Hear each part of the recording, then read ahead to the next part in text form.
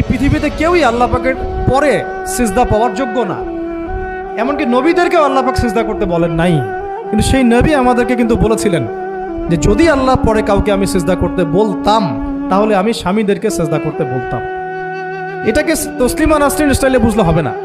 ওরা এটাকে এভাবে নিবে যে ইসলাম মেয়েদেরকে দাসত্বের শৃঙ্খলা আবদ্ধ করতে চাচ্ছে, হ্যাঁ, আত্মস্বাধীনতা দিবে না ইত্যাদি। আমরা দেখব পরকালে আমি জান্নাতে যেতে পারছি কিনা। আল্লাহ পাকের হুকুমের চাইতে আমার কাছে কোনো যুক্তি বড় নয়। আল্লাহ পাকের হুকুমের চাইতে আমার কাছে কোনো যুক্তি, বিজ্ঞান, প্রযুক্তি এগুলো বড় মানদণ্ড নয়। শুধুমাত্র স্বামীর আনুগত্য, বিশ্বাস, সম্মানের বদৌলতে দেখা যায় যে পুরোটা জীবন এই বেচারা আপনার জন্য ঢেলে দিবেন। আর এই জায়গায় যদি দেখা যায় ঘাটতি থাকে, তখন কোনো কোনো ক্ষেত্রে ভালোবাসা যথেষ্ট হয়ে ওঠে না। এবং আপনারা জানেন এই শহরে ডিভোর্সের সংখ্যা দিন দিন বাড়ছে।